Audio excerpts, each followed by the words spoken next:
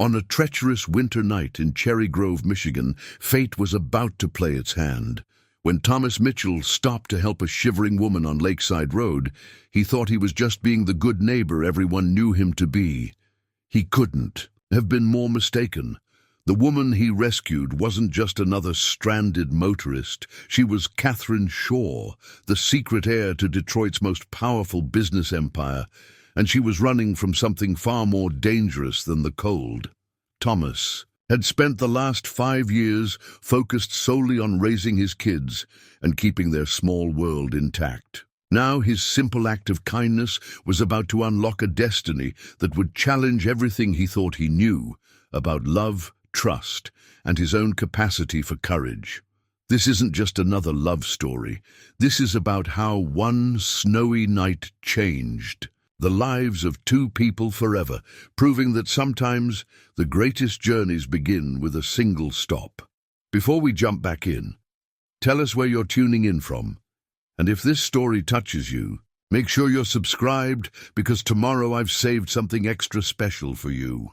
The morning sun struggled through frost-covered windows, casting weak shadows across the Mitchell family kitchen. Thomas stood at the counter, muscled forearms braced against the worn wooden surface as he packed 2 lunchboxes with the precise care of someone who'd turned it into an art form.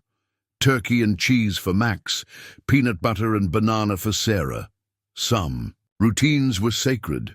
Behind him, the wall told their story in crayon masterpieces and certificate achievements. Sarah's latest science fair victory hung next to Max's wobbly attempt at drawing their old golden retriever Cooper. 3 years' worth of school photos marched in a neat line, documenting the subtle changes in his children's faces since Claire's. Passing, the empty space where this year's photos would go seemed to watch him, patient and waiting. "Dad, Max took my blue sweater again." Sarah's voice carried down the stairs with the particular pitch of pre-teen outrage that only a 12-year-old could muster. "Did not. Mine's in the wash." Max's 8-year-old defiance followed close behind. Thomas closed his eyes for a moment, letting a small smile cross his weathered face. "Sarah, check the dryer. Max, if yours is in the wash, what are you wearing now?" The sudden silence upstairs told him all he needed to know. He'd learned early on that being a single parent was equal parts detective and diplomat. The kitchen timer chimed, and Thomas turned to rescue the oatmeal before it could boil over. The morning dance was always the same: breakfast, lunches, permission, slips, and the constant juggling of a handyman's schedule with his children's needs. Today's list of repairs sat heavy in his pocket: Mrs. Henderson's leaky faucet, the Wilsons' garage door, and 3 other jobs that would barely cover this month's heating bill.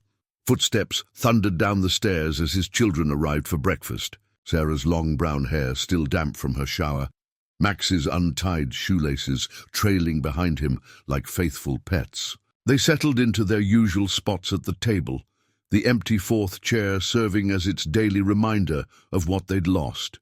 "Dad, can Katherine come to my science presentation next week?" Sarah asked, stirring brown sugar into her oatmeal with careful precision. "She helped me with the hypothesis part, and she explains things almost as good as Mom used to." Thomas's hand stilled on the coffee pot. "Honey, Katherine's only staying with us until the storm passes, remember? But she's—" "Nice," Max interjected, milk dribbling down his chin. "And she knows how to make paper airplanes that do loops, real ones, not the boring kind." The weight of their hope pressed against Thomas's chest. It had been 3 years since Claire's car had hit that patch of black ice. 3 years of watching his children navigate a world with a mom-shaped hole in it. He knew that look in their eyes, the one that said they were ready to let someone else in. He just wasn't sure he was. "Finish up, you two. Bus will be here in 10 minutes. He ruffled Max's perpetually messy hair as he passed, gathering his tool belt from its hook by the door. "Mrs. Peterson's picking you up from school today. I've got that big job over in Millbrook." "The rich people's neighborhood?" Sarah's eyebrows rose with interest. "Just some folks who need their pipes fixed like anybody else." Thomas checked his phone. Another text from Bill at the hardware store about overdue payments. He deleted it without reading. Some problems were better faced after coffee. The morning light strengthened, painting the kitchen in shades of amber and gold. On the wall, a crayon family portrait from Max's art class showed 4 stick figures, 2 tall, 2 small, all holding hands. Thomas couldn't remember when his son had drawn it, but he noticed now that one of the tall figures had wings, Claire watching over them. He wondered what she would think of their life now, of the way he was handling things, of the mysterious woman who would soon wake up in their guest room and change everything. The bus honked outside, setting off their usual scramble of forgotten homework, hasty hugs, and promises to behave. Thomas watched from the doorway as his children climbed aboard, Sarah, protective hand on Max's back, just like her mother used to do. The bus pulled away, leaving him alone with the quiet house and the knowledge that upstairs, a woman with secrets was about to wake up and complicate his carefully balanced world. He turned back to the kitchen, gathering the breakfast dishes with practiced efficiency. The wall of artwork caught his eye again, a timeline of their lives in construction paper and Crayola. Soon there would be new stories to add, new memories to pin up. He just didn't know yet whether they would be the kind worth keeping. Katherine Shaw woke to unfamiliar ceiling beams and the distant sound of a door closing. For a moment, panic seized her chest until the events of the previous night came flooding back. The stranger's kindness, the warmth of the house, the children's curious faces peering around their father's protective frame. Her hand instinctively reached for the inner pocket of her coat, hanging nearby. The newspaper clipping was still there, worn at the creases from constant handling. Shaw Industries celebrates 50 years of innovation, the headline proclaimed. Her father's face stared back at her from the photo, Edward Shaw's practiced smile, revealing nothing of the truth she'd discovered in his private files. 2 weeks ago, she'd been corporate counsel for Shaw Industries, her Harvard law degree and family name opening every door. Now she was a fugitive with a USB drive full of evidence and a target on her back. The irony wasn't lost on her. She'd spent years trying to prove herself worthy of the Shaw legacy, only to find herself trying to tear it down. The sound of dishes clinking downstairs drew her attention. Through the bedroom window, she could see a yellow school bus pulling away.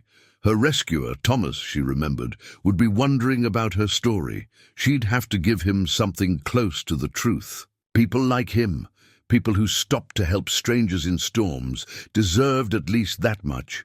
Katherine pushed herself up, wincing at muscles stiff from the cold. The guest room was modest but welcoming, with handmade quilts and framed photographs that spoke of a real home, not the manufactured perfection of her penthouse apartment in Detroit. A child's drawing on the dresser caught her eye, a bright crayon sun above what looked like this very house. In the corner, in careful letters, "To Mommy in Heaven, Love, Max." The weight of her presence here settled more heavily on her shoulders. This wasn't just some random family she'd stumbled into. These were people already carrying their own burdens, their own losses, and she was about to add her complications to their lives. She pulled the second newspaper clipping from her coat, this one newer, its edges still sharp. Environmental violations alleged at Shaw Chemical subsidiary. The article was small, buried. On page 6, no one had paid much attention to the accusations, not yet, but Katherine had followed the paper trail, spending late nights piecing together evidence of her father's systematic cover-up of toxic waste dumping. Communities poisoned, lives destroyed, all hidden behind charitable donations and army of lawyers.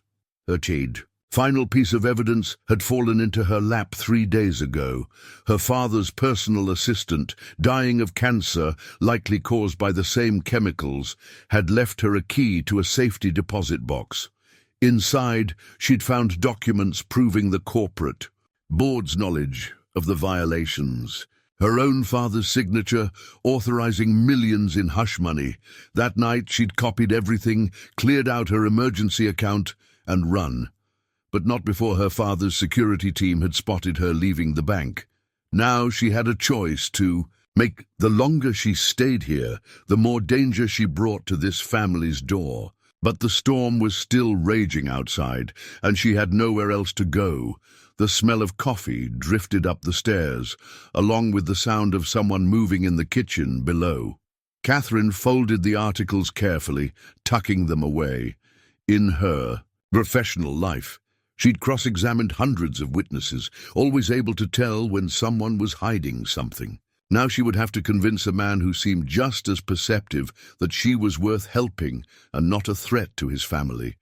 She smoothed her rumpled clothes, trying to restore some semblance of the polished attorney she'd been just days ago. But as she caught her reflection in the small mirror above the dresser, she saw something different. The woman looking back at her seemed older, more vulnerable, but also more real than the corporate image she'd maintained for so long. On the dresser, Max's drawing seemed to watch her. A family touched by tragedy, offering shelter to a stranger. Katherine straightened her shoulders.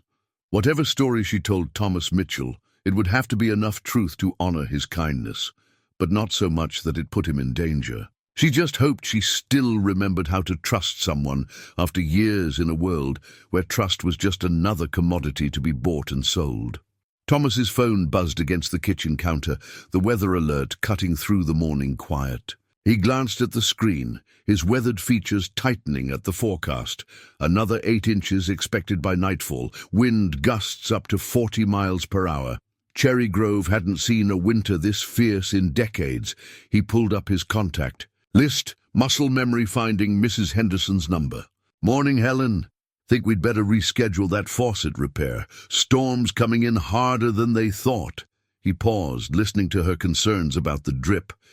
"Tell you what, I'll swing by now, get it done before things get bad. No extra. In charge." The sound of footsteps on the stairs made him turn.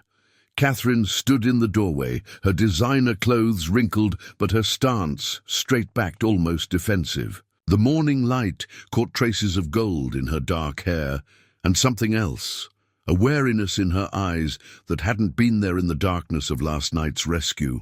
"Good morning," she said, her voice carrying the polished edges of an expensive education. "I hope I'm not interrupting." Thomas gestured to the coffee pot.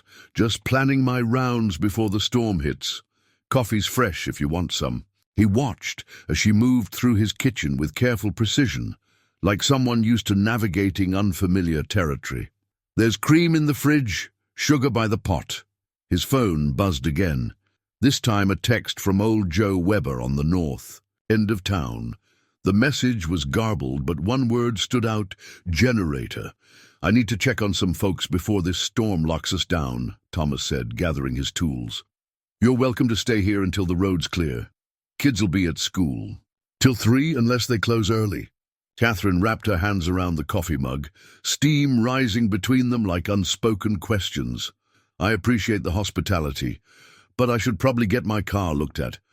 Is there a mechanic in town?" "Rick's garage is the only one, and he's closed today. His wife's having surgery in Grand Rapids." Thomas shouldered his tool belt, then hesitated. "Look, I don't know what brought you out here in that storm, and I'm not asking. But the forecast's getting worse, and Rick won't be back till Monday. You got a safe place here if you want it." Something flickered across Katherine's face.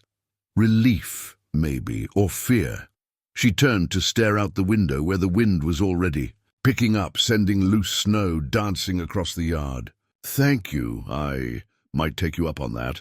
Thomas nodded, heading for the door. He had 5 stops to make: Mrs. Henderson's faucet, old Joe's generator, the Wilsons' garage door, and wellness checks on the Barnes sisters out on County Line Road. All before the storm hit in earnest. As he reached his truck, movement caught his eye, a black SUV crawling past his house, its windows tinted dark despite state regulations. The driver's head turned slightly, taking in his property with too much interest for a random passerby. Thomas memorized the plate out of habit, something Claire had taught him from her days as a rookie cop.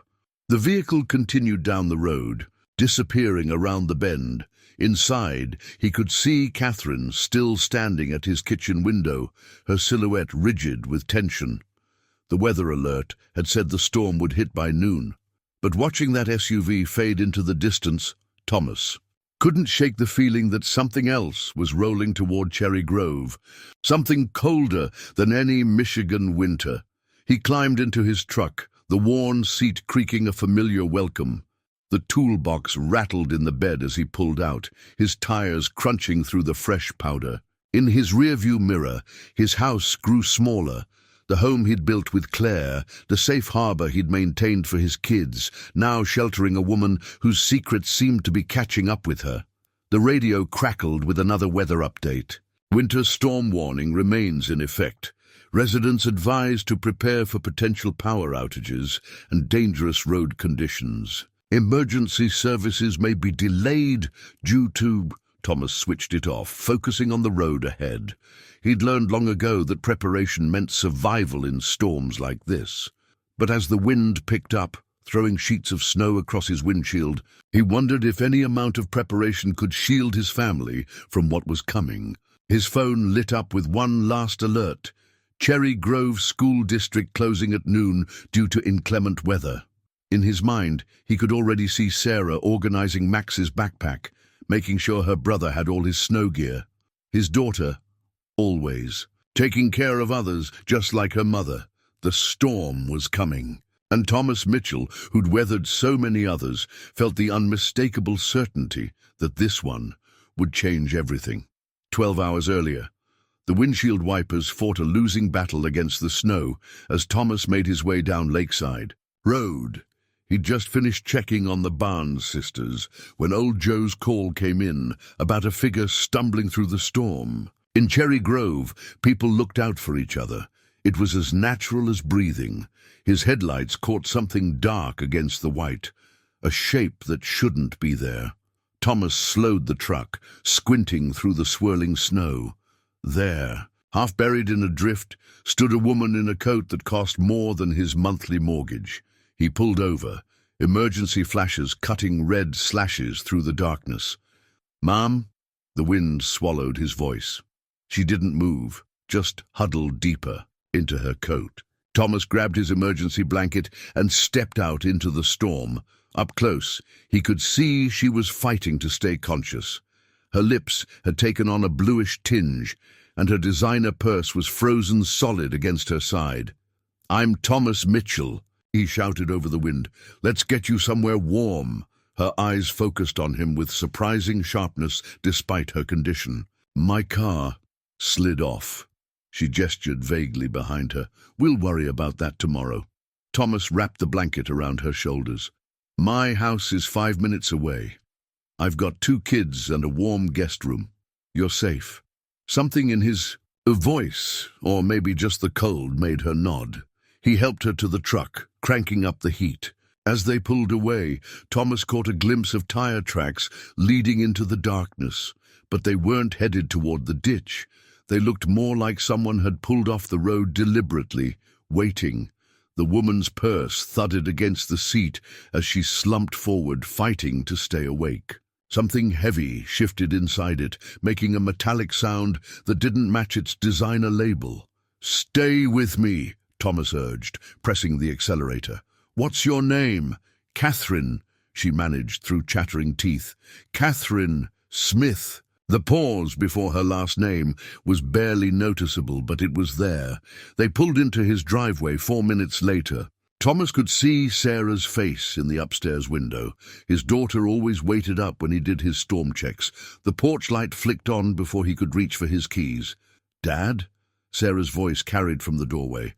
"Is everything okay?" "Get some hot chocolate started, honey. We've got a guest." Thomas helped Katherine from the truck, noticing how she clutched her purse close despite her frozen fingers. "And grab those extra blankets from the hall closet." Inside, the warmth hit them like a wall. Max appeared at the top of the stairs in his rocket ship pajamas, eyes wide at the sight of a stranger in their home. "Is she a snow princess?" He whispered loudly to his sister. Sarah, already measuring cocoa powder with the precision of a preteen determined to help, rolled her eyes. "Don't be a baby, Max. She's just cold." Katherine managed a weak smile as Thomas settled her on the couch. Her coat was designer Italian leather, now stained with snow and road salt. When she set her purse down, it landed with that same oddly heavy thunk. "Here," Thomas handed her the hot chocolate. "Kids, this is Katherine. She's going to stay with us until the storm passes." "Like when the Hendersons stayed last winter?" Max asked, creeping closer. "Something like that." Thomas watched as Katherine's hands trembled around the mug. She was warming up, but something about her posture remained frozen, like someone expecting the other shoe to drop. Sarah appeared with the blankets, arranging them with motherly efficiency. "I put extra pillows in the guest room. And there's a new toothbrush under the sink." "Thank you," Katherine said, her voice stronger now. "You're very kind, all of you." She looked around the living room, taking in the family photos, the children's artwork, the obvious signs of a home filled with love, if not luxury. For a moment, her composed facade cracked, showing something like longing underneath. "Get some rest," Thomas said gently. "We'll figure everything out in the morning." Later, after the kids were back in bed, Thomas stood at his kitchen window, watching the storm rage. Katherine's designer purse sat on his counter, its contents still a mystery. But it wasn't the purse that bothered him.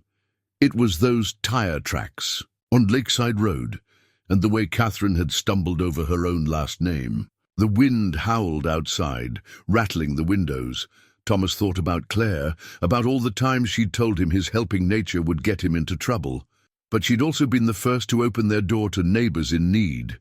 He turned away. From the window, his decision made. Whatever Katherine was running from, she'd found the right place to hide. Cherry Grove took care of its own, even if they'd only been its own, for a single snowy night. The afternoon light filtered through snow-frosted windows as Katherine stood in the Mitchell family kitchen, watching Thomas chop vegetables with the same careful precision he brought to everything else. His flannel shirt sleeves were rolled up, revealing strong forearms marked with the honest calluses of manual labor, so different from the manicured executives she'd spent her life around. "You don't have to help," he said, glancing up to catch her staring. A hint of color touched his neck. "You're our guest. Please, I need the distraction." Katherine moved to the counter beside him, their elbows brushing as she reached for an onion. The contact sent an unexpected warmth through her arm. "Though I should warn you, my cooking skills are limited to takeout and coffee." Thomas's laugh was low and genuine, crinkling the corners of his eyes. "Well, my mom always said soup was foolproof. Even I couldn't mess up her recipe." He reached above her for the old recipe book on the shelf, his chest barely touching her shoulder as he stretched. Katherine caught a hint of pine and motor oil, an oddly intoxicating combination. The recipe book was worn leather, its pages softened by years of use. As Thomas flipped through it, Katherine noticed handwritten notes in different pens, different handwriting, generations of family history captured in soup stains and margin notes. "Here it is," he said, his finger tracing words written in elegant script. "Claire used to add extra garlic, said it kept the winter colds away." His voice caught slightly on his late wife's name, but the pain seemed gentler now, worn smooth like river stones. "She sounds wonderful," Katherine said softly, meaning it. She was. Thomas's eyes met hers, and something passed between them. Understanding, perhaps, or recognition of shared losses. "She would have liked you." Before Katherine could respond, footsteps thundered down the stairs. Max burst into the kitchen, waving a paper airplane. "Katherine, look what I made in class today." He launched it across the room with enthusiasm, if not accuracy. It spiraled into Thomas's chest. "Nice trajectory, buddy," Thomas grinned, scooping up his son. "But maybe we save the test flights for after dinner." Sarah appeared in the doorway, her dark hair falling from its ponytail. She took in the scene. Katherine and her father standing close together at the counter, the scattered vegetables, the open recipe book, and a knowing look crossed her face that seemed far too mature for 12. "Can I help?" she asked already, reaching for an apron. Mom always let me add the noodles. Katherine watched as Thomas's expression softened. Sure can, sweetheart. Just like she taught you. They worked together in comfortable silence, the soup pot steaming up the windows. Katherine found herself falling into the rhythm of their family dance. Thomas stirring, Sarah measuring, Max setting the table with enthusiastic clatter. It felt dangerous, this warmth building in her chest. She couldn't afford to get attached, couldn't risk bringing her chaos into their healing home. But then Thomas reached past her for the salt, his hand steadying her waist for just a moment, and her resolve wavered. He smelled like fresh air and possibility, like everything she'd been missing in her calculated corporate life. "Penny, for your thoughts?" he murmured, close enough that only she could hear.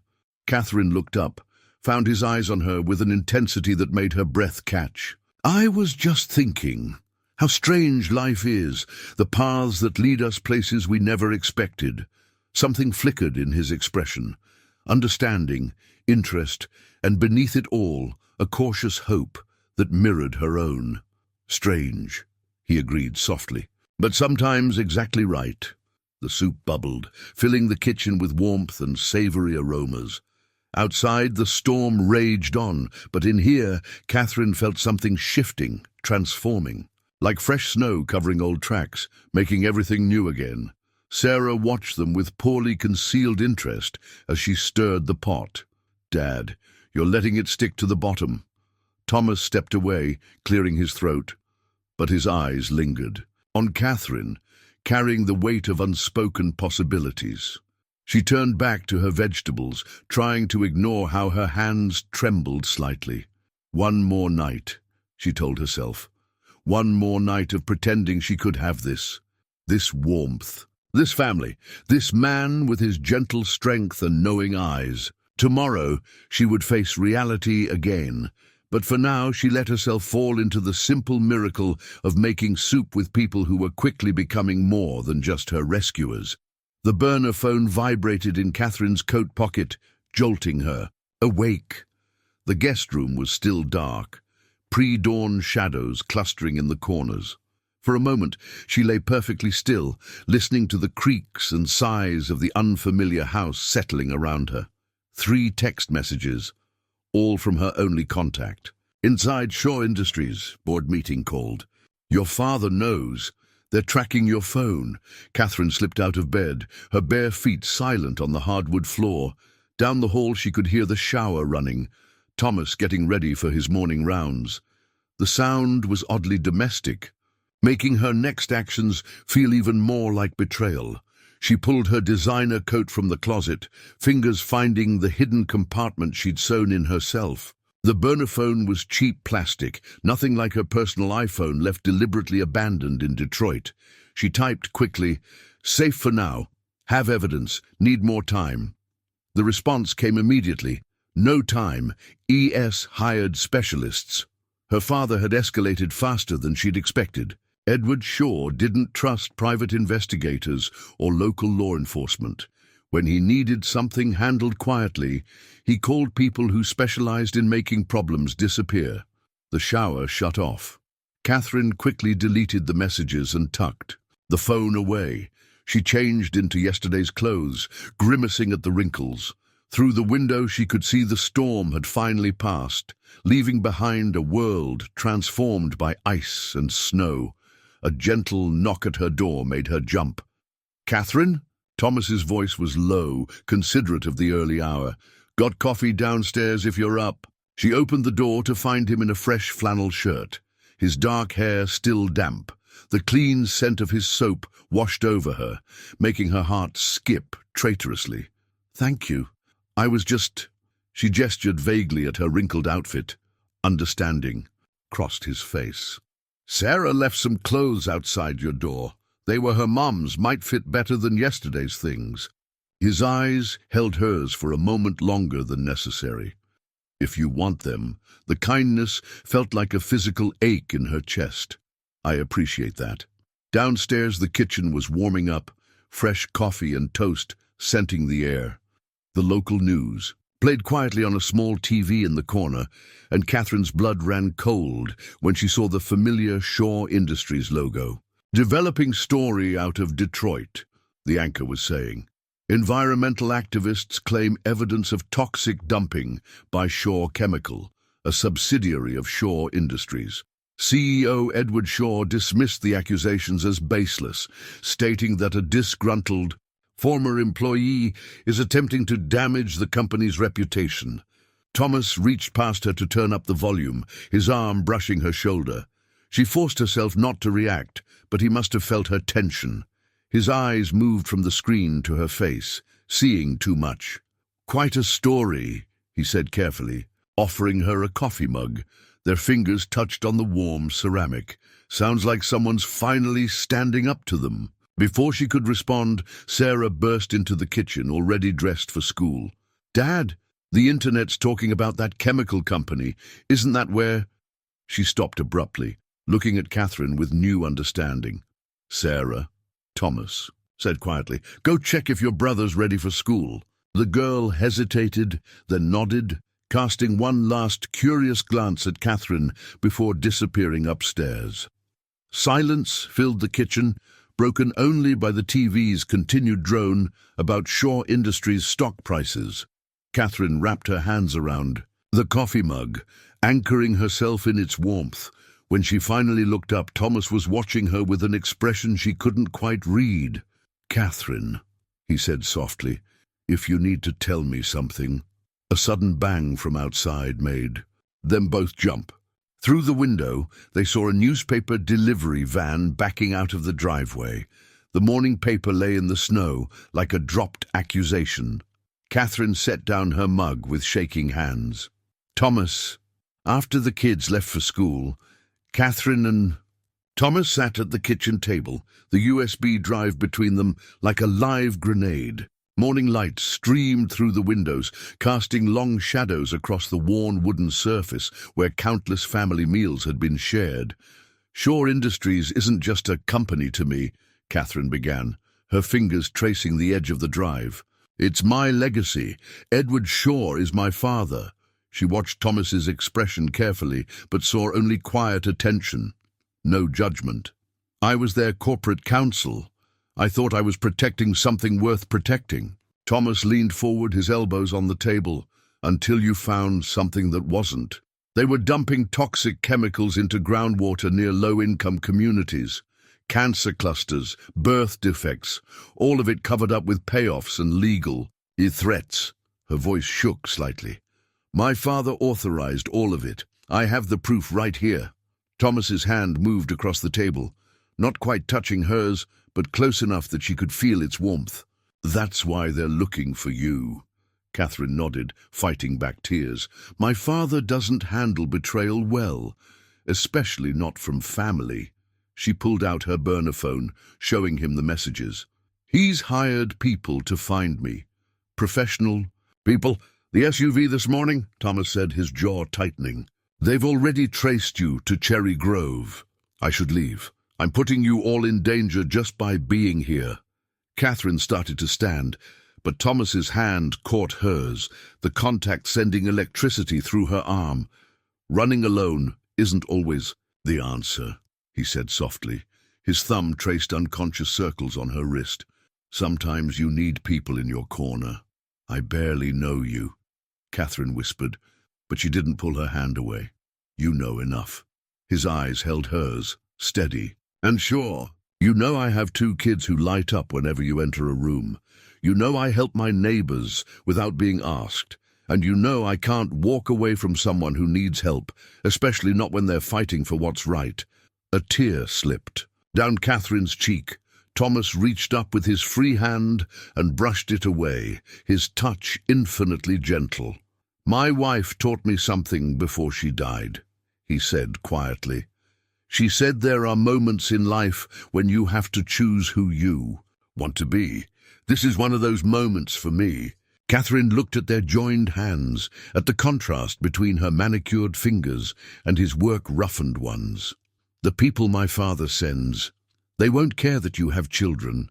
They won't care about anything except getting that drive back." Then we'll need to be smarter than them. Thomas squeezed her hand once before letting go. He stood and walked to a cabinet, pulling out an old map of the county. I know every back road and hunting trail in these woods, places even locals forget about. He spread the map on the table. But first, we need to get that evidence somewhere safe. Katherine pulled the USB drive closer. I tried going to the press in Detroit, but my father's influence runs too deep. The story this morning, that was him getting ahead of the leak, discrediting any potential whistleblowers. Then we go bigger. Thomas traced a route on the map. I have a friend from my contracting days, works for the EPA office in Chicago now. She's been trying to build a case against companies like Shaw Industries for years. Hope flickered in Katherine's chest, dangerous and warm. You'd really help. Me, knowing what it could cost. Thomas looked up from the map, his expression softening. Katherine, I think I'd help you even if you were running from a parking ticket. The hint of a smile played at his lips. Though, I'm glad it's something more worthwhile. She laughed despite herself, the sound surprising them both. It felt rusty, unpracticed. When was the last time she'd really laughed? But then Thomas was smiling too, and suddenly the morning sun seemed brighter, the shadows less threatening. A car drove past the house and they both tensed, but it was just Mrs. Henderson, in her ancient Buick, probably heading to her bridge club. Katherine watched it pass, aware of how quickly this small town's rhythms had become familiar. We should move the evidence first, she said, forcing herself to focus. They'll be watching bus stations and airports. Already thinking about that. Thomas folded the map, his movements precise and controlled. I need to make some calls, call in some favors. But Katherine, he waited until she met his eyes. Whatever happens, you're not alone in this anymore. The words settled around her like a blanket, warm and protective. She looked at this man, this unexpected ally with his quiet strength and unflinching moral compass, and felt something shift inside her. For the first time since discovering her father's crimes, she felt steady, anchored. Outside, another SUV drove past, slower this time. But Katherine didn't feel the same panic as before, because Thomas Mitchell was already moving to the window, his phone in hand, memorizing plate numbers and makes and models, protecting her as naturally as he protected everyone else in his world. And somewhere between the fear and the planning, Katherine realized she'd stopped thinking about when she would leave and started thinking about how they would face this together. The burner phone buzzed again in her pocket, a tiny sound that felt like thunder. Through the window, she saw a dark SUV cruise past the house, moving too slowly to be a coincidence. Thomas stepped closer, his presence solid and reassuring. Whatever it is, he said, his voice low and certain. We'll figure it out. His hand found hers on the counter, warm and calloused. But I need to know what I'm protecting my family from. The word family hung in the air between them, making her realize she'd already begun thinking of herself as part of it. That was the problem with running towards something, instead of just running away. It gave you something to lose. Upstairs, Max's laughter rang out, followed by Sarah's exasperated voice. Normal morning sounds that suddenly felt precious and fragile. Katherine looked down at Thomas's hand, still covering hers, at the way their fingers had unconsciously intertwined. Yes, she whispered. There are things I need to tell you. Sarah. Mitchell sat cross-legged on her bed, her diary open before her. The pink journal, a gift from her mother on her last birthday, had become her confidant for all the things she couldn't say out loud. Tonight, she had a lot to write about. Dear Diary, something's different about Dad. Ever since Katherine came, he smiles more. Real smiles. Not the kind he puts on when he's trying to be brave for us.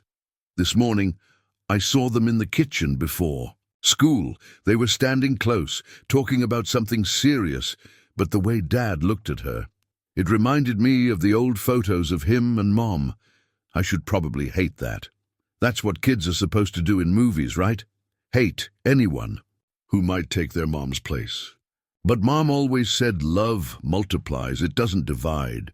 And Katherine, she's not trying to replace anyone. She just fits somehow, like yesterday, when Max couldn't figure out his math homework.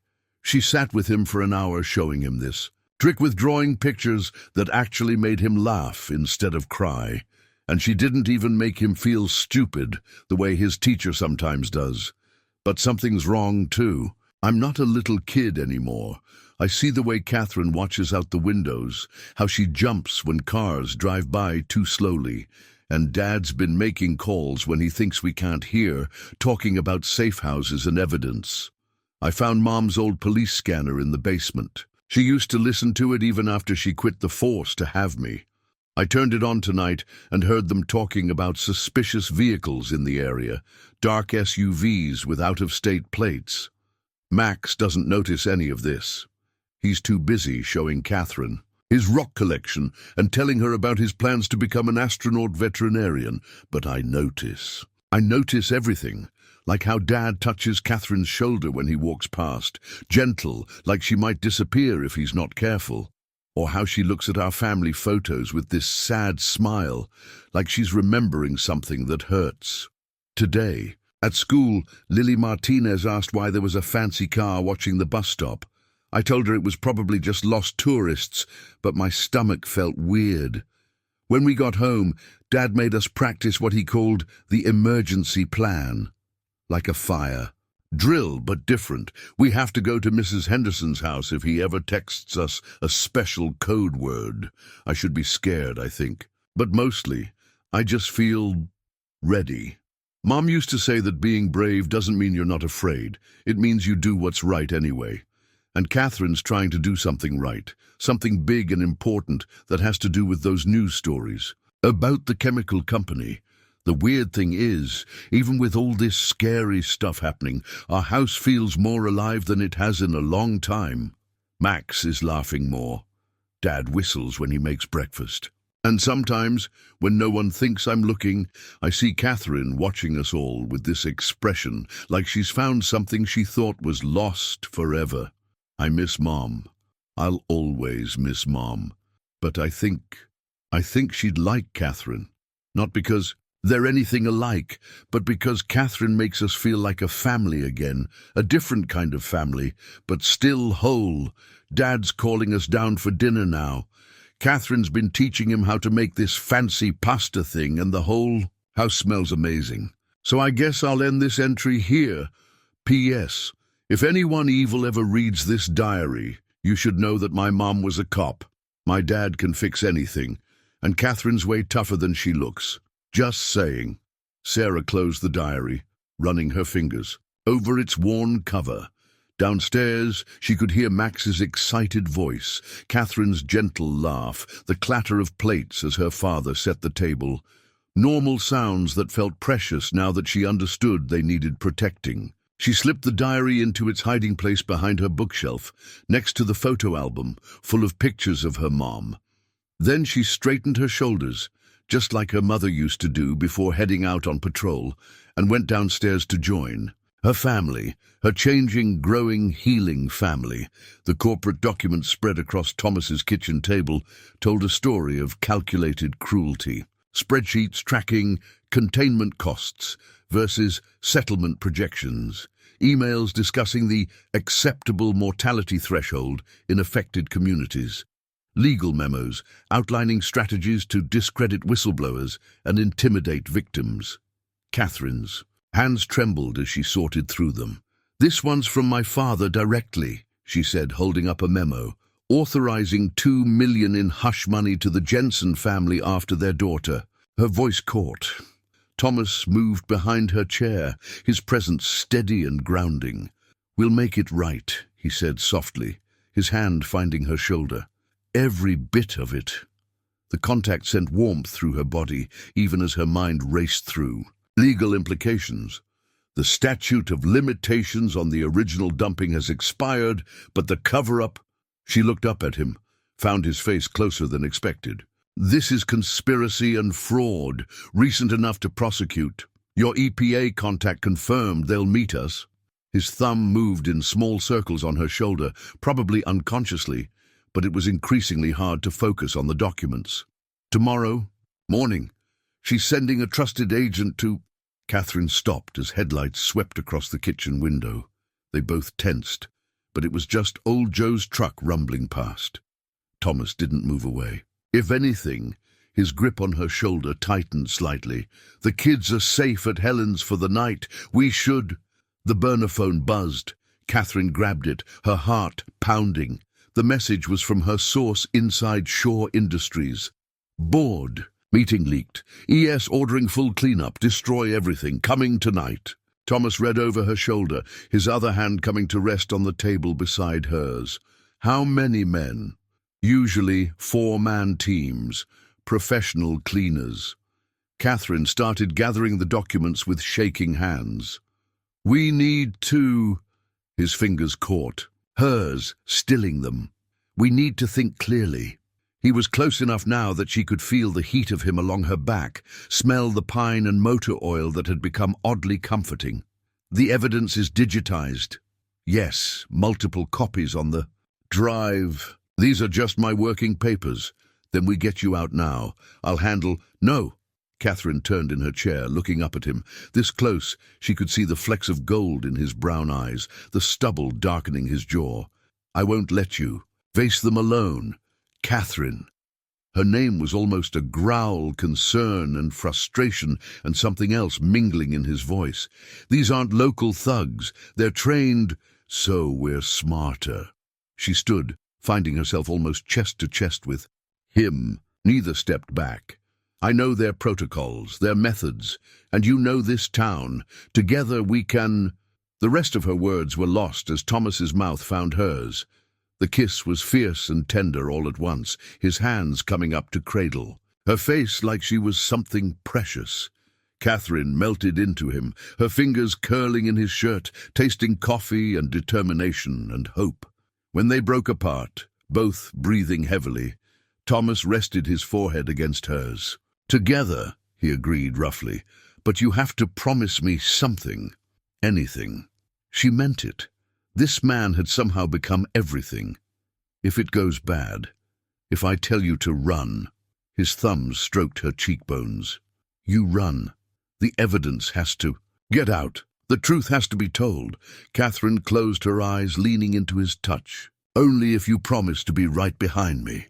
A dog barked outside, sharp and alert. They separated reluctantly, years of professional training taking over. Katherine gathered the documents while Thomas checked the windows, his movements precise and controlled. "Time to move," he said, already pulling out his phone to text a warning to Helen about the kids. "I've got a place they won't think to look." Katherine nodded, tucking the last paper away. She caught his arm as he turned to go, pulled him down for one more quick, fierce kiss. "Together," she whispered against his lips, his eyes darkened. "Together," he promised. Outside, another vehicle approached, moving slower than normal traffic. But this time, they were ready. Thomas Mitchell might be just a small-town handyman to the corporate cleaners coming for them, but he was about to show them exactly why Cherry Grove took care of its own. And Katherine Shaw, who had spent her life trying to prove herself in boardrooms and courtrooms, was about to demonstrate that a corporate lawyer could be just as dangerous as any cleaner, especially when protecting the family she'd unexpectedly found. Thomas's old family cabin crouched in the darkness like a sleeping beast, its weathered boards silvered by moonlight filtering through bare branches. Katherine followed him up the snow-covered path, her designer boots long since surrendered to practicality, replaced by a pair of Claire's old hunting boots. "My grandfather built this place," Thomas said softly, producing an ancient key from his pocket. The deed to the cabin, yellowed and creased, sat safely in his truck's glove compartment. Off the grid, off the books. Even most locals forget it's here. The door creaked open to reveal a single room, sparse but clean. A pot-bellied stove squatted in one corner, a narrow bed in another. The air smelled of pine and memories. "It's perfect," Katherine whispered, understanding now why he'd insisted on this over any of the more obvious safe houses. No power lines to tap, no cell service to trace, no neighbors to question. Thomas moved through the space with practiced ease, lighting the oil lamps he'd stashed earlier. "Dad used to bring me here during storms," he said, his voice low and warm in the growing light. "Said sometimes you need a place where the world can't find you." Katherine set down her bag, watching him work. His shoulders moved with controlled power as he started the stove, each action precise and purposeful. She thought about their kiss in the kitchen, about how those strong hands had held her face like she was made of glass. "Your father," she said, carefully. "He'd be proud of how you're using it now." Thomas straightened, turning to face her. The lamplight caught the angles of his face, the worry lines around his eyes. "You know we're not just hiding here, right? This is where we make our stand." She nodded, pulling out her burner phone. "My contact says we have maybe 3 hours before they track us this far. The EPA agent won't arrive until morning. Then we use what we have." Thomas spread a local map across the cabin's small table. "Your father's men are good at their job, but they don't know these woods. Don't know about the old logging roads, the creek beds that can swallow a vehicle, the places where radio signals die for no reason." Katherine moved closer, drawn by the quiet confidence in his voice. "You've thought this through. Claire taught me something about tactical advantages." His hand found hers on the map, fingers intertwining naturally now. "It's not about having more resources. It's about using what you have better than they use what they've got." A branch snapped outside and they both tensed, but it was just a deer, its pale shape ghosting past the window. Katherine realized she was pressed against Thomas's side, his arm automatically curved around her protectively. "I'm sorry," she whispered, "about bringing this to your door, to your family." Thomas turned her to face him, his expression fierce in the lamplight. "You are family now, whether you meant to be or not." His hand came up to cup her cheek. "The kids, they've changed since you came. Sarah's writing in her journal again. Max is laughing more. And you?" Katherine's heart thundered against her ribs. Instead of answering, he kissed her. Not like the desperate kiss in the kitchen, but slower, deeper, like he was memorizing the taste of her. Katherine wound her arms around his neck, pressing closer, feeling the solid strength of him against her. When they finally broke apart, Thomas rested his forehead against hers. "And I'm done watching people I love face battles alone." The word love hung in the air between them, unexpected, but somehow not surprising. Katherine closed her eyes, breathing him in. "I think I've been running my whole life," she confessed. "From my father's expectations, from what I knew was wrong but couldn't fix, until now." "No more running," Thomas murmured, his thumb tracing her cheekbone. "Not unless we're running together." The stove crackled, casting dancing shadows on the walls. Outside, the woods held their secrets close, offering protection to those who understood their ways. Katherine looked around the small cabin, at the map with Thomas's confident markings, at the man himself, watching her with eyes that promised everything. Together, she agreed, and kissed him again, tasting wood smoke and certainty on his lips. They had preparations to make, plans to finalize, a long night ahead of them. But for just this moment, in this hidden place that felt like a world of their own, Katherine allowed herself to believe in more than justice and evidence.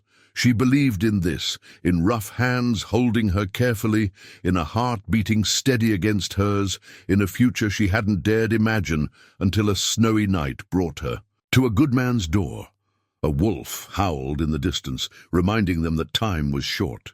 But even as they turned back to their planning, Thomas kept her hand in his.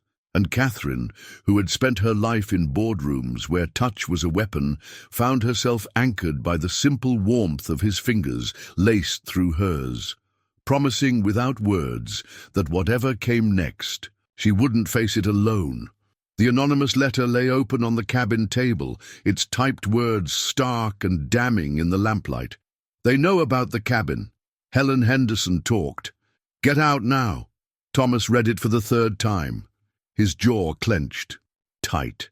Helen Henderson, who'd baked casseroles after Claire's funeral, who was watching his children right now, who'd known him since he was a boy racing through her garden. The betrayal cut deep, not just for him, but for what it meant. "My father's reach is longer than I thought," Katherine said softly. She stood by the window, watching the tree line. "He must have people monitoring local phone traffic, found her number, made her an offer, or a threat." Thomas's hand curled into a fist on the table. "Helen's grandson needs specialized medical care. Insurance won't cover it." Understanding dawned on Katherine's face. Shaw Industries Health Foundation. They're known for their charitable donations to families in need. She moved to Thomas, laying a hand on his tense shoulder. "Your friend didn't have a choice." "There's always a choice." But his voice was more sad than angry. He covered her hand with his, drawing strength from the contact. "We need to move now." As if in response, headlights swept across the distant road. Too many to be locals, moving too purposefully to be lost. Katherine was already grabbing their gear, her corporate training shifting seamlessly into survival mode. "The children?" Text. "Sent. Joe Weber's picking them up from Helen's. He'll take them to his hunting cabin." Thomas checked his phone one last time before pocketing it. "Your father's men don't know about that connection." Katherine nodded, but her eyes were worried. "Thomas, maybe we should split up. I could—" He silenced her with a kiss, fierce and quick. "Not a chance." His hands framed her face, eyes intense. "In the dim light. We agreed together." The sound of vehicles growing closer spurred them into action. They moved through their escape plan with practiced efficiency, evidence secured, tracks covered, false trail laid. But at the cabin door, Thomas paused. Katherine watched as he pulled a folded paper from his jacket and left it on the table. "What's that?" "Letter to Helen." His voice was gentle despite everything. "Telling her I understand. That when this is over, we'll find a way to help her grandson that doesn't cost her soul." Something in Katherine's chest tightened. This man, who could respond to betrayal with compassion, who thought of others even in crisis, how had she lived so long without? Knowing someone like him existed? The vehicles were closer now, their headlights cutting through the trees. Thomas took her hand, his grip warm and sure. "Ready?" Katherine squeezed his fingers, remembering boardrooms and courtrooms and all the battles she'd fought alone. "Ready!" They slipped out the back door into the waiting darkness. Behind them, the cabin held its secrets, a letter of forgiveness, a story of betrayal, and the lingering warmth of two people choosing to face whatever came next, not alone, but together. The night swallowed them as the first black SUV crested the hill, its headlights sweeping empty space where, moments before, love had proved stronger than fear, and mercy had answered betrayal. The hand-drawn escape route map glowed faintly under Thomas's flashlight, his careful markings showing the hidden paths through Cherry Grove's back country. Katherine pressed close against his side, both for warmth and to study the routes he'd sketched out years ago when teaching his kids emergency protocols. "Old logging road ends here," he whispered, his breath visible in the frigid air. "Then we follow the creek bed north. Water masks our trail, and the terrain's too rough for vehicles." Behind them, angry voices carried through the trees. Flashlight beams swept the forest floor, professional searchers quartering the ground with military precision. One voice rose above the others. "They're on foot! Find them!" Katherine recognized that voice, Marcus Chen, her father's head of security. A man who'd once taught her self-defense moves in the corporate gym, now hunting her through frozen woods. The bizarre turn her life had taken hit her suddenly, and she might have laughed if fear hadn't closed her throat. Thomas's arm tightened around her. "Hey," he murmured, "stay with me." She nodded, focusing on his solid presence. They moved carefully through the underbrush, Thomas placing their feet with the expertise of someone who'd grown up in these woods. Every so often he'd pause, consulting his map, making minute adjustments to their course. The creek appeared ahead, a black ribbon in the moonlight. But before they could reach it, a branch snapped nearby, too close. They froze.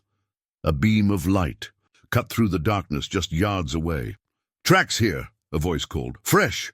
Thomas pulled Katherine behind a massive oak, pressing her against the rough bark. His body shielded her from view, and she could feel his heart pounding against her chest. They barely breathed. Footsteps crunched in the snow, moving closer. Katherine clutched Thomas's jacket, remembering their kiss in the cabin, wondering if... "Wait!" The voice was Chen's again. "These tracks are wrong. Too obvious." A pause. "They're leading us on. Double back. Check the eastern ridge." The footsteps retreated. Thomas waited until they faded before releasing his breath. "Your father hired smart ones. The best money can buy," Katherine whispered. "They'll figure out the creek strategy soon." Thomas's hand found hers in the darkness. "Good thing that's not our real plan, then." He led her forward again. But instead of turning north at the creek, they crossed it carefully on half-submerged stones. The ice-cold water masked their scent and direction, just as Thomas had planned. On the other side, he helped her scramble up a steep embankment that looked impassable in the dark. At the top, Katherine understood. Hidden in dense brush sat an old ATV, carefully camouflaged. Thomas's earlier tracks showed where he'd stashed it while she'd been studying the map in the cabin. "You didn't mark this on the escape route," she said, admiring his foresight. "Some secrets you keep even from paper."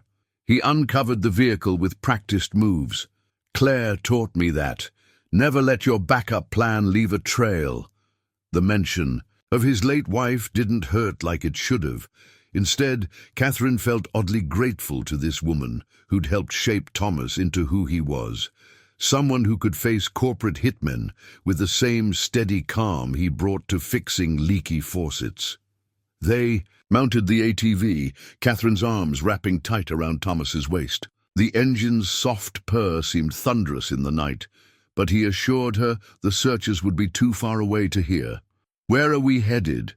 she asked against his ear as they started moving. "Place my grandfather used to talk about. Old Prohibition. Tunnels under the lake houses on the North Shore. Rich folks used them to hide liquor shipments coming down from Canada. He navigated between trees with incredible skill. Now they'll hide something a lot more valuable." Katherine pressed her face against his back, breathing in his familiar scent. "The evidence?" "That too." His voice carried a smile, even through the wind. "But I was thinking of you. Somewhere in the darkness behind them, professionals with guns and thermal imaging were discovering they'd been outsmarted by a small-town handyman. But here, on this ATV threading through ancient trees, Katherine felt something she hadn't expected when she'd first fled Detroit. Hope. And if her arms held Thomas a little tighter than strictly necessary for balance, well, that was just another secret for the winter woods to keep. The video playing on Katherine's phone cast a pale glow in the dark tunnel. Her father's face filled the screen, his usual corporate polish cracking under the pressure of rapid-fire questions from reporters gathered outside Shaw Industries headquarters. "Mr. Shaw, can you comment on the evidence leaked to major news outlets regarding toxic waste dumping? These allegations are completely unfounded. What about the internal documents showing your direct authorization of cover-up payments?" Edward Shaw's face tightened. "No comment. Shaw Industries has always..." "Sir, is it true your own daughter, Katherine Shaw, is the whistleblower?" The question made her father's mask slip completely. For a moment, raw fury showed through before the feed cut off. Thomas touched Katherine's shoulder in the darkness. They sat in one of the Prohibition tunnels beneath the lake houses, its century-old stones now hiding a different kind of contraband. The space was tight but dry, their breath visible in the beam of a small flashlight. "Your contact at the EPA came through," Thomas said softly. "The evidence is everywhere now. No way to contain it." Katherine leaned back against the rough wall, emotional exhaustion hitting her. He'll be more dangerous now. Cornered animals always are. As if confirming her words, her phone buzzed with an incoming text from her source inside Shaw Industries. Bored in chaos, ES cleaned out private accounts, ordered Chen to retrieve you at any cost. Thomas read the message over her shoulder, his arm tightening around her. He's burning his bridges and his evidence, Katherine added grimly. He'll try to destroy anything that could be used in court. Paper trails, witnesses. She looked up at Thomas. The kids. Safe. Joe sent a photo. He showed her his phone. A picture of Sarah and Max playing cards with Joe's grandchildren in his hunting cabin, their faces illuminated by firelight. His place is like a fortress. Old paranoid survivalist. Takes one to know one, Katherine teased gently, nudging him. Then she sobered. But we can't stay here long. Chen will figure out the tunnels eventually. These lake houses are too obvious. A hiding place. Thomas nodded, pulling out a fresh map he'd drawn on the back of an old receipt. 3 hours till dawn. EPA agent meets us at the rendezvous point at sunrise. His finger traced a route. If we cut through the state forest, we can... A sound echoed through the tunnel, distant but unmistakable. Footsteps. They froze, listening. Multiple sets, moving with professional quiet. How? Katherine mouthed silently. Thomas's expression was grim. Helen. She'd know about the tunnels too. He was already gathering their gear, movements efficient and silent. There's another exit, older, mostly collapsed, tight fit, but... Katherine gripped his arm. Together, she whispered. His eyes softened even in the crisis. He leaned in, kissing her quickly but thoroughly. Always. They moved deeper into the darkness, guided by Thomas's knowledge and Katherine's trust. Behind them, flashlight beams began to probe the shadows, accompanied by the soft clicks of weapons being readied. But Katherine wasn't afraid anymore. She had traded her designer suits for borrowed hunting gear, her corporate strategies for survival skills, her lonely fight for a partnership she hadn't known she needed. And somehow, running through these dark tunnels with Thomas's hand firmly clasped in hers, she felt more alive than she ever had in her father's glittering world of power and secrets. Dawn was coming, and with it, the chance to finally bring everything into the light. They just had to survive the darkest part of the night first. The legal documents proving Shaw Industries' guilt lay spread on the old pickup truck's dashboard, illuminated by the first grey light of dawn. Katherine and Thomas had emerged from the tunnels into a world transformed by overnight snowfall, only to find Chen's team had split up to cover both exits. They're blocking the road to the rendezvous point, Thomas whispered, peering through the pre-dawn gloom at the SUVs positioned strategically ahead. They were huddled in his truck, which he'd managed to retrieve from its hiding spot near the tunnel exit. But they don't know about the old fire road. Katherine studied the documents one last time before securing them inside her jacket. Chen's. Smart. He'll have thought of that. Maybe. Thomas's hand found hers in the darkness. But he doesn't know about the Cherry Grove volunteers. As if on cue, truck engines roared to life in the distance. Headlights blazed through the trees as a convoy of local vehicles appeared on the main road. Old Joe's rusty Ford, Bill from the hardware store's pickup, even Helen Henderson's ancient Buick, all converging on Chen's position. Your father's. Men have to play by certain rules, Thomas said, a hint of pride in his voice. Can't risk shooting civilians. Can't explain why they're here. But my neighbors? He smiled grimly. They're just concerned citizens checking on suspicious vehicles near the lake houses. Katherine squeezed his hand, understanding dawning. A diversion. Better. He nodded toward the approaching trucks. Community. They watched as Chen's team was forced to engage with the locals, maintaining their cover as private security while being peppered with questions and blocked by accidentally parked vehicles. Helen Henderson's voice carried clearly through the morning air, her detailed inquiries about their credentials buying precious minutes. She's trying to make it right, Katherine said softly. Thomas started the engine. Everyone deserves that chance. They backed away slowly, lights off, using the noise of the confrontation to cover their movement. The old fire road was barely visible, more suggestion than path, but Thomas navigated it with the confidence of long familiarity. The rising sun painted the snow in shades of pink and gold as they emerged from the forest. Ahead, a single car waited. At the agreed meeting point, a nondescript sedan with government plates. But before they could reach it, a black SUV roared out of nowhere, cutting off their escape. Marcus Chen stepped out, weapon drawn. "Katherine," he called, "your father wants to talk." Thomas reached for something under his seat, but Katherine caught his arm. "No." She met his eyes. "I need to face him." Understanding passed between them. Thomas nodded slowly. Together. They exited the truck, hands raised. Chen's team emerged from the trees, weapons ready. But Katherine kept her eyes on Chen himself, the man who'd taught her to defend herself, now threatening everything she'd grown to love. "The evidence is already public," she said clearly. "It's over, Marcus.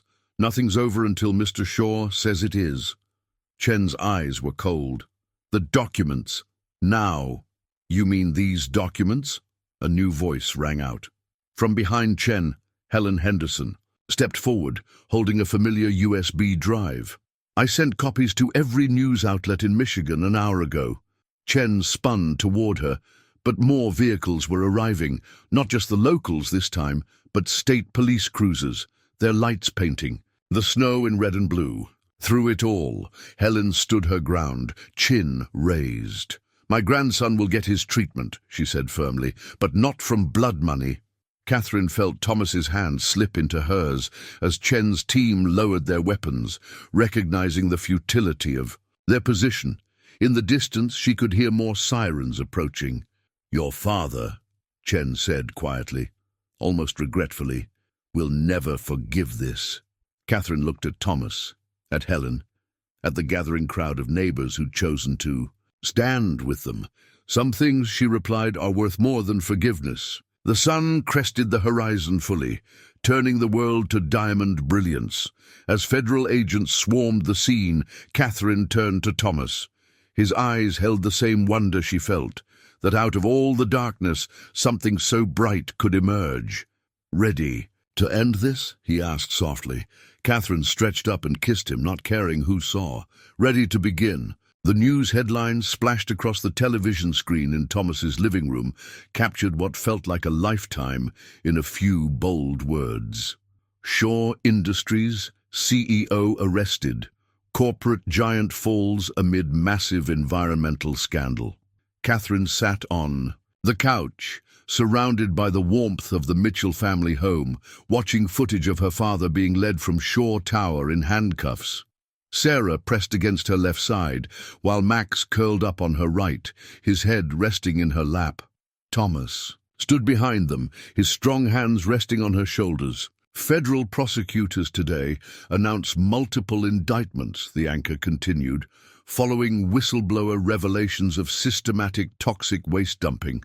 Edward Shaw and 6 board members face charges of conspiracy, fraud, and environmental violations." "Grandpa Shaw a bad man?" Max asked quietly, looking up at Katherine with worried eyes. Katherine stroked his hair, her heart aching. "He made bad choices, sweetheart. Sometimes good people do very wrong things because they forget what's really important." "Like family?" Sarah asked, her perception sharp as ever. "Like family," Katherine agreed, reaching up to squeeze Thomas's hand on her shoulder. "And community, and doing what's right even when it's hard." The news shifted to footage of affected communities, showing families who'd lost loved ones to cancer clusters. But it also showed hope, medical funds being established, cleanup efforts beginning, justice finally taking root. "The EPA credits local law enforcement and community members," the reporter said, as images of Cherry Grove appeared on screen. In an unprecedented show of small-town solidarity, Thomas muted the TV as Helen Henderson's face appeared, giving an interview about her role in the final confrontation. "Kids," he said gently, "why don't you go help Mrs. Peterson bring in those casseroles she's been promising?" Once they were alone, Katherine let out a shaky breath. Thomas came around the couch, pulling her into his arms. She buried her face in his chest, breathing in his familiar scent of pine and home. "My father's lawyers reached out," she murmured. "They're offering a deal. If I testify—" "Whatever you decide," Thomas said, his voice rumbling under her ear. "We face it together." Katherine pulled back just enough to look up at him. "I never thought I'd find this," she admitted. "When I ran that night, I was just trying to do the right thing. I never expected to find a family." His eyes crinkled with warmth. "To fall in love with a small-town handyman and his kids. To find home," she whispered, and pulled him down for a kiss. They were interrupted by the sound of cars pulling up outside. More neighbors arriving with food and support, the way Cherry Grove had been doing since the story broke. The community that had hidden them, protected them, stood with them against corporate giants, now celebrating their victory in the most small-town way possible, with casseroles and solidarity. "You know," Thomas said, touching his forehead to hers, "Claire used to say that justice isn't just about punishing wrong, it's about making things right." Katherine thought about the medical fund being established for affected families, about Helen's grandson getting treatment through legal channels now, about communities finally getting the cleanup they deserved. "We did that," she said softly, "all of us together." The front door burst open as Max ran back in, excitement overriding his indoor voice. "Katherine! Mrs. Peterson made your favorite pie, and Sarah's teaching everyone how to make paper airplanes like you showed us." Thomas laughed, keeping one arm around Katherine as their son, and when had she started thinking of him as their son? Bounced with enthusiasm. "Guess we, better get out there," he said, "before the whole town decides to camp in our front yard." Katherine let him lead her toward the door, toward their neighbors and friends, toward the future they'd fought so hard to protect. The news was still playing silently on the TV behind them, showing the fall of an empire built on secrets and lies. But here, in this house, in this town, something much stronger had been built in its place, something built on love, truth, and the kind of courage that comes from knowing you're not fighting alone. The family photograph on the wall at Joe's diner captured the moment perfectly. Thomas and Katherine at their favorite booth, Sarah and Max squeezed in beside them, all four faces lit with genuine laughter. It had been Helen's idea to take the picture, insisting that Joe add it to his wall of Cherry Grove family memories. "More pancakes, anyone?" Joe called from behind the counter, eyeing their table with grandfatherly affection. 3 months had passed since the Shaw Industries scandal broke, and life in Cherry Grove had settled into a new kind of normal.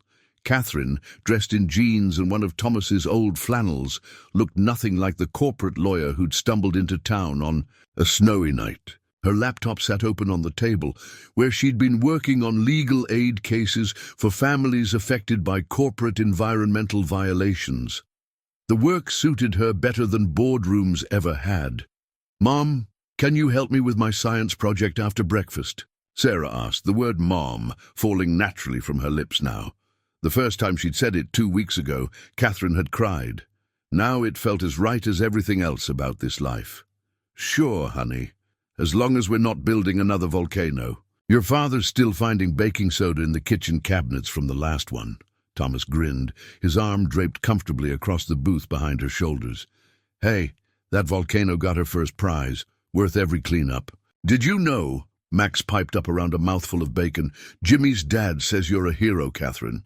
He said you took down the bad guys like in the movies." Katherine shared a knowing look with Thomas. The town had mythologized their story somewhat, but the truth about love and courage and community was better than any movie version.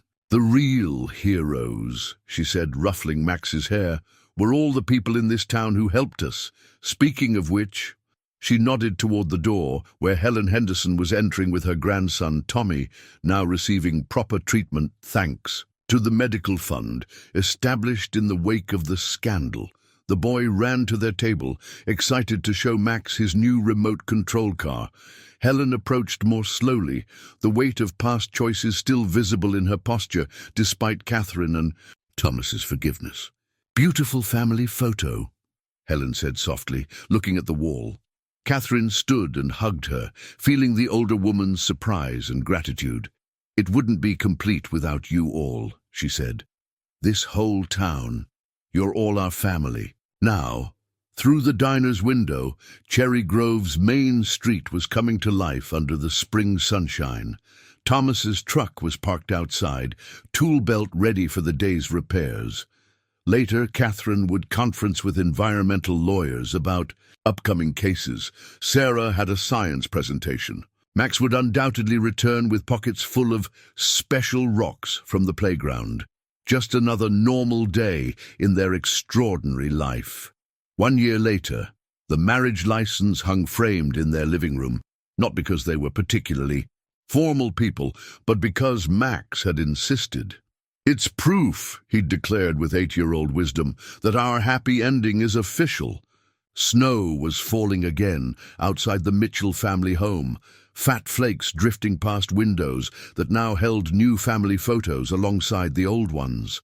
Katherine stood at the kitchen counter, surrounded by the friendly chaos of a Sunday morning.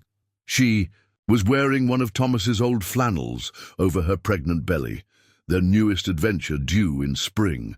Sarah sat at the table helping Max with his homework while sneaking glances at the window, likely hoping for a snow day tomorrow. On the wall behind them, Claire's photos shared space with new memories. The wedding at old Joe's cabin, Helen Henderson throwing flower petals, the whole town celebrating as if they were all family, which, in every way that mattered, they were. Thomas came up behind Katherine, wrapping his arms around her, his hand resting protectively over their unborn child. "Penny for your thoughts?" Katherine leaned back against him, remembering another snowy night when a desperate woman had found shelter with a kind stranger. "Just thinking about destiny," she said softly, "and how sometimes getting lost is how you find your way home." Outside, the snow continued to fall on Cherry Grove, covering everything in pristine white, while inside, a family that fate had brought together held on tight to their own piece of forever.